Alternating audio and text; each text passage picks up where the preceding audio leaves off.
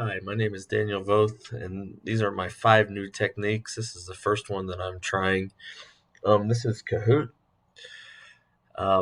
If you've read anything before, you know that I'm pretty far behind when it comes to things like this. I like to create my own games, and I, I have just never used this before. Um, so I'm playing a little quiz game here. I'm familiarizing myself with what's going on.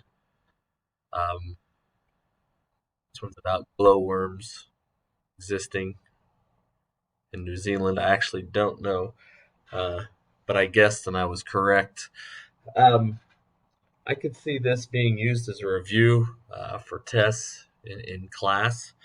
Obviously, this is a method uh, that I could select and choose and create for each unit. It could also be used as a strategy. You could use this every unit if you so desired.